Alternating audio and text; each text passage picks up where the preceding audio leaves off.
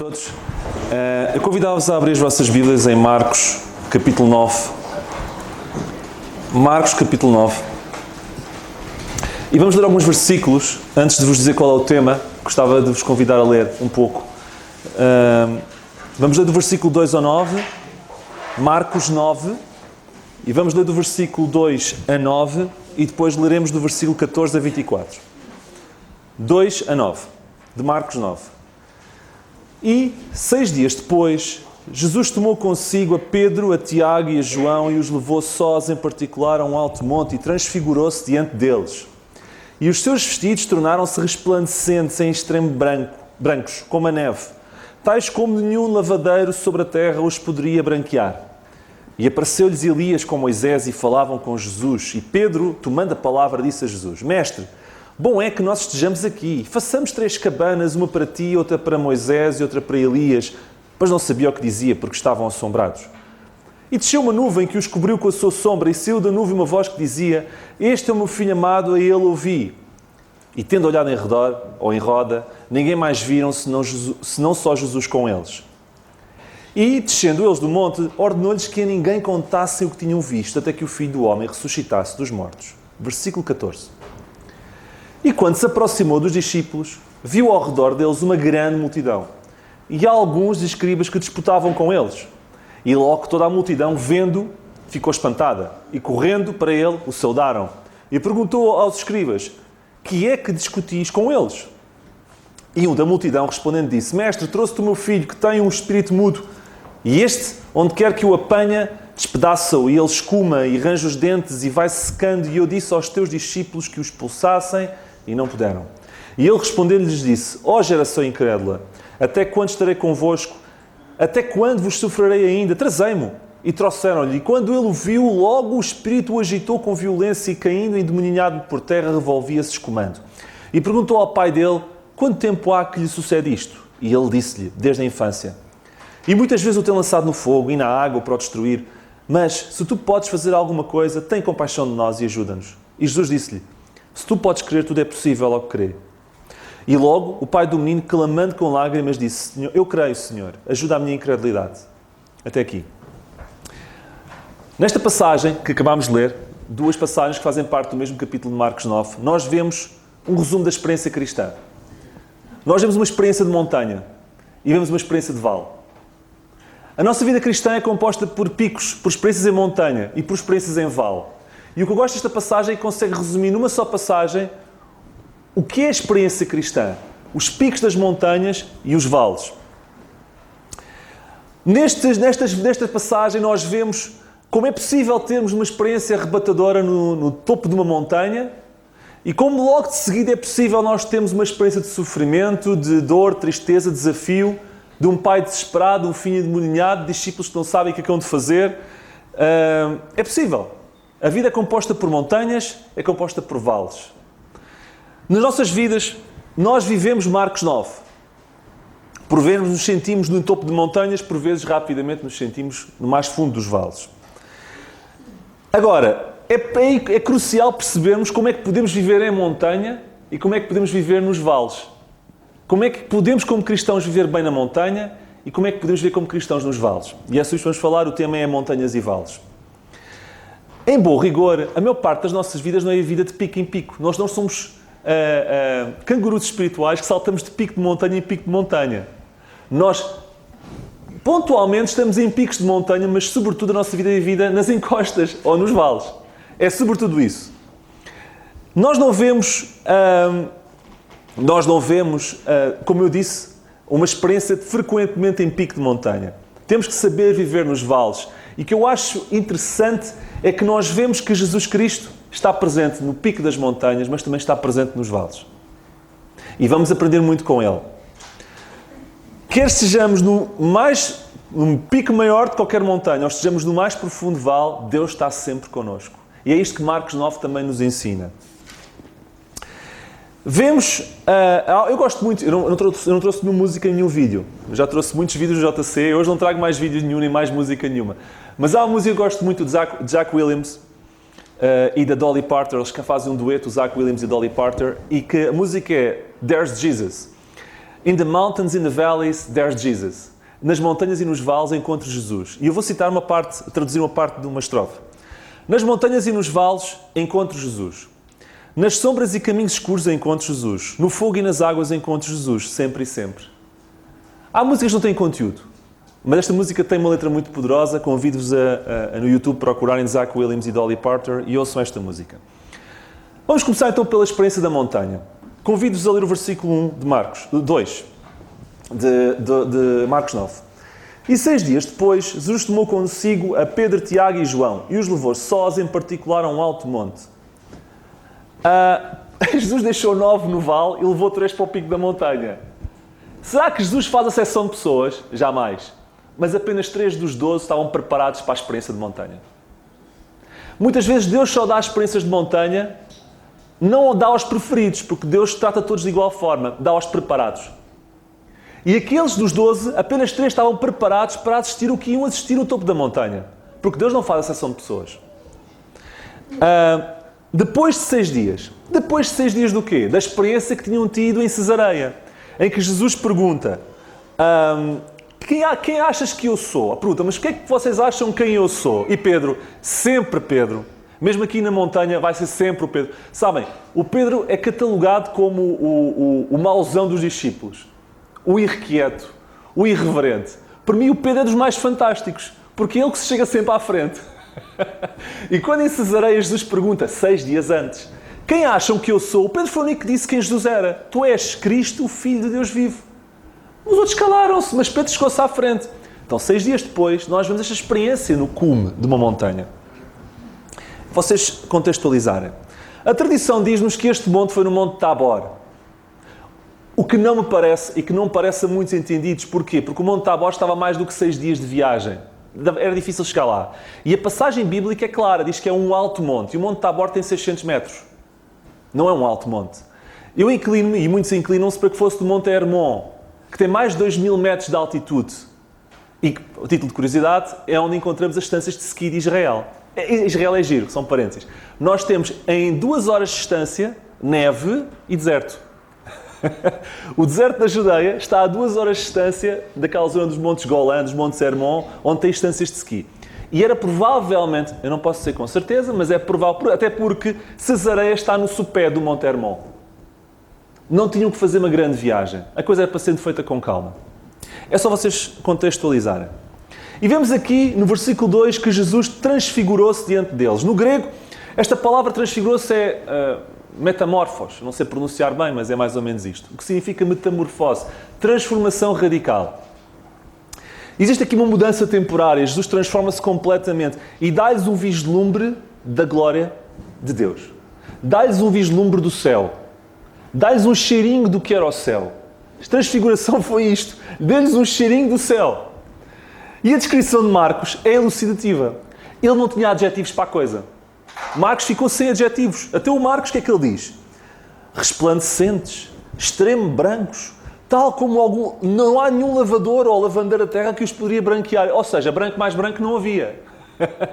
Ele não sabia como é que havia de caracterizar a coisa. Então ele referiu-se a coisas particulares, como o lavandeiro, lavagem de roupa branca, extremo brancos, resplandecentes. Não há coisa mais branca. Ele nunca tinha visto coisa igual.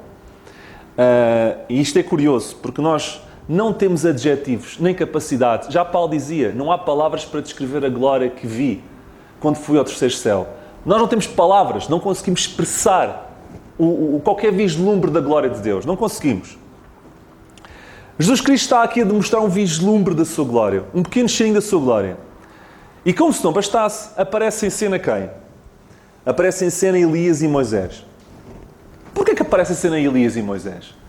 Eu acredito que aparece em cena Elias e Moisés porque Elias representa os profetas e Moisés representa a lei.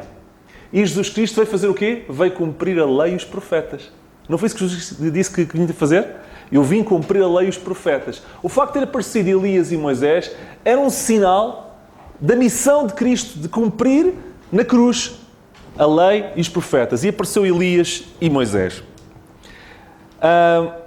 E Pedro, quem mais? Versículo 5 diz assim, tomando a palavra, imaginem, ouçam lá, com atenção. Isto é um contexto complicado. Jesus Cristo transfigurado, um vislumbre da glória dos céus. O Elias e Moisés. O Elias estava morto há 900 anos e o Moisés há 1400 anos. De repente aparecem em cena, eles reconheceram-no e Pedro toma a palavra. O homem tem coragem. Mas quem é que abria a boca naquele contexto? Pedro é um grande homem.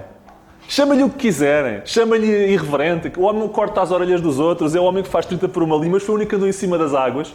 E que foi o único que, com o Moisés e o Elias e Jesus transfigurado, que tomou a palavra. O resto ficou tudo caladinho. E ele toma a palavra e disse, façamos... Bom, não, mestre, bom é que estejamos aqui. O homem estava parvo. Isto é muito bom. O que ele quer dizer em bom português, isto é o máximo. Isto é mesmo bom. E o que é que ele disse?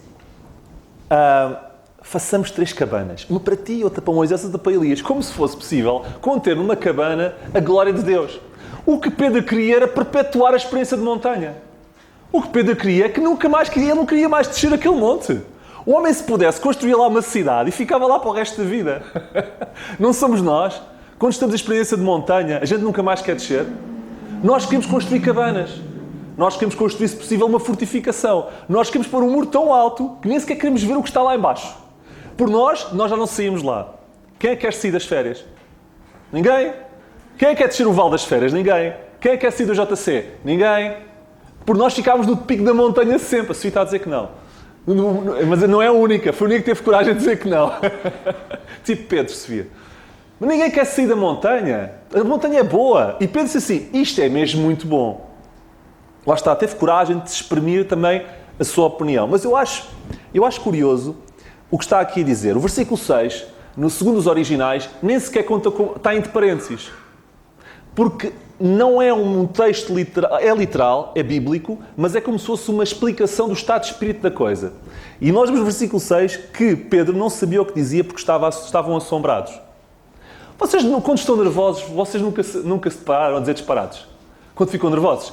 E depois, bolas, eu só digo disparates, estou nervoso, digo disparates. Pedro estava tão nervoso que só disse disparates. Ele depois caiu na real. Mas eu, uma cabana para o Elias e para o Moisés, mas que parvoíce! Mas na altura foi o que lhe ocorreu. Pedro pensava que ele vinha cá dentro, pronto, já está. Uma cabana para o Elias, uma cabana para o Moisés, uma cabana para Jesus Cristo transfigurado. Ridículo, completamente ridículo. Mas ele foi transparente, ele não sabia o que dizia. Só um parênteses, como é que acham que foi possível eles reconhecerem Elias e Moisés? Temos 2 hipóteses. Ou eles, os judeus, tinham uma percepção histórica e física de como é que possivelmente eles eram? Eu acredito que sim. Ou então o Espírito de Deus lhes revelou que eram Elias e Moisés. Há muitos que se apropriam deste versículo para dizer que nós iremos reconhecer mais tarde na glória os nossos entes queridos. Eu gosto de pensar nisso, mas eu não tenho provas para poder dizer o que é que vai acontecer ou não vai. Mas, de alguma forma, eu sei que Ele os reconheceu. Ele os reconheceu. E eu gosto de acreditar que quando o dia chegar ao céu vou reconhecer os meus entes queridos também. Isto é um parênteses, para dar esperança um pouco a todos nós. Momentos de topo de montanha são os momentos que, como eu disse, nós gostaríamos que nunca terminassem. Tiramos selfies, tiramos fotos, e eu entendo a sugestão de Pedro. Eu não posso viver, nem vocês podem viver permanentemente no topo das montanhas, porque a realidade passa-se nos vales ou nas encostas. A realidade passa-se nos vales ou nas encostas. E vamos entrar agora na zona do caminho para o vale. No céu viveremos sempre de pico em pico. No céu viveremos sempre em topo de montanha. Mas cá em baixo Deus não nos promete isso. Cá em baixo Deus nos diz, nós viveremos no vale e de vez em quando teremos picos de montanha para nos ganharmos baterias para descer outra vez ao vale. A coisa é assim, estão a ver? E a gente tem que aproveitar os picos para aguentar a travessia no deserto. E, estão a ver? É assim que acontece. Então, nós lemos que Jesus começou a descer com eles. Desceu quando? Quando Pedro quis amontar arraiais. Assim que Pedro quis pôr tendas, Jesus disse, basta. Isto, eu não quero que tu percebas que isto é para sempre. Queres falar em tendas? Acabou. Vá, toca a descer. Não queiramos perpetuar uma coisa que não tem durabilidade. O topo de montanha é um topo de montanha. É algo pontual. Eles começaram a descer. E qual foi a realidade que eles encontraram, como vocês viram? Pais desesperados, filhos endemorinhados, discípulos perplexos. É o caos. Imagina aquela gente ainda nas nuvens, tudo assim meio em transe, ainda no meio do coração meio a palpitar. Eu vi Elias, eu vi Moisés, que máxima, todos os de contar aos outros. E ver os discípulos a discutir com os escribas, um filho endemoniado, o pai nervoso, pessoas a gritar uns com os outros. Epá, vamos subir outra vez, Jesus. Vamos subir outra vez, eu não quero descer, vamos subir outra vez. Não, mas eles tinham que descer. Eles descerem, foi isso que encontraram. Sabem, é no vale que a fé e a realidade se encontram. É no vale que a fé e a realidade se encontram. É no vale que nós crescemos. É no vale que nós nos transformamos. Não é no pico das montanhas. O pico das montanhas nós vemos um vislumbre da glória de Deus, mas é no vale que Deus trabalha em nós. Quando Jesus desce e vê os discípulos a discutir, e os escribas, imagino Jesus a pensar consigo próprio. Eu não vos posso deixar um minuto sozinhos. Vocês começam logo a disparatar. Como eu com os meus meninos. Eles não estão cá agora. Eu deixo-os, portem-se bem. O papai já vem. Isto é para não desarrumar. Quando volta, tudo virado do avesso. Eu não vos posso deixar um bocadinho sozinhos. E com Jesus foi uma coisa. Discípulos, até eu vou-me afastar um bocadinho. E não posso deixar-vos um bocadinho. Já estavam a discutir com os escribas. Não estavam a conseguir fazer um milagre. E eles estavam a se sentir tristes e revoltados, porque como é que eu não consigo fazer um milagre de curar este endemoniado, quando já fiz tantas vezes, e os outros a questionar a autoridade deles, e eles completamente lá para baixo. Então no versículo 16, nós lemos, Jesus perguntou aos escribas, porquê é que discutis com eles? Porquê é que vocês estão a discutir? E então o homem interrompe um momento, o pai daquela criança endemoniada, entra no meio, toma a palavra e diz, não, o motivo é por causa do meu filho. O meu filho está endemoniado desde sempre. E ninguém consegue fazer nada. Nem os teus discípulos. Eu estou aqui há imenso tempo e só vejo discussões, só vejo gente a discutir uns com os outros, mas não vejo soluções. O que é que se passa? Podes-me ajudar? Eles não conseguiam. Então Jesus entra em cena, no versículo 18, e nós vemos... porque nós lemos que os discípulos não podiam expulsá-lo. Vemos no versículo 18. Eles não conseguiam expulsá-lo. Final do versículo 18. Então Jesus, no versículo 19, diz, trazei-mo. Então ele curou. Ok? Este pai estava desesperado. Completamente desesperado. Ele tinha dúvidas a respeito de Jesus. Nós lemos que ele tinha dúvidas. Ajuda à minha incredulidade. Ok? Mas no seu coração havia fé também. E eu gosto deste homem e gosto disto que ele disse. Eu acho que esta frase é das frases mais importantes que eu leio na Bíblia. Eu não estou a exagerar. A frase é esta, versículo 24. Eu creio, Senhor, ajuda a minha incredulidade. Eu quero-vos perguntar uma coisa. Vocês, quando creem em Deus, vocês creem sempre a 100%? Não têm uma reserva de dúvidas? Vocês, quando dizem Deus dá-me forças, não sentem uma reserva também de fraqueza? Sejamos transparentes com Deus. Deus, eu quero crer, mas há uma parte de mim que não crer. Deus, eu quero ter forças, mas há uma parte de mim que não tem forças. Porque esta é a linguagem deste pai. E Deus ajudou aquele pai. Porque ele foi honesto com Deus, com Jesus Cristo. E devemos ser assim. Jesus, eu quero fazer isto bem feito. Deus, eu quero fazer isto bem feito, mas parte de mim não quer. Mas dá-me força. E Deus dá força. E nós esticamos o braço e Ele vem ter connosco, está-nos a pôr outra parte do braço. Isto deve servir de esperança para todos nós. Porque qualquer um de nós é este pai. Em todas as áreas da nossa vida. Agora, eu quero-vos dizer uma coisa. É melhor chegarmos ao pé de Deus com meia fé, que é o que este pai vinha, meia fé, do que com zero fé. Mais vale chegar ao pé de Deus e dizer assim, eu tenho um bocadinho, eu sei que é pequena, e são mais as dúvidas do que as certezas, mas eu quero seguir o teu caminho. Isto para Deus é suficiente. Eu quero-vos dizer, isto para Deus é suficiente. E por isso é que eu gosto deste homem. Porque ele foi honesto, ele foi transparente, ele foi sincero. E quando estamos nos vales, por vezes falta-nos a fé. Mas Jesus sabe disso. E quer estender-nos a mão. Ele só quer transparência. Ele só quer transparência. Algumas lições. E hoje estou a falar antigamente, que falava em 20 minutos. Portanto, desculpem lá, eu vou ser breve. Algumas lições. Jesus, primeira lição. Jesus acompanha-nos e Deus acompanha-nos sempre nas montanhas e nos vales. Leiam comigo Salmo 139, 7 a 10. Salmo 139, 7 a 10. Isto é dos salmos que eu mais gosto. Eu há um tempo atrás falei sobre este salmo. Salmo 139, 7 a 10. Diz assim: para onde me irei do teu espírito? Ou para onde fugirei da tua face? Eu não tenho para onde ir, não tenho para onde fugir, tu estás em todo o lugar. Se subir ao céu, tu aí estás. Não é o monte mais alto, é no céu.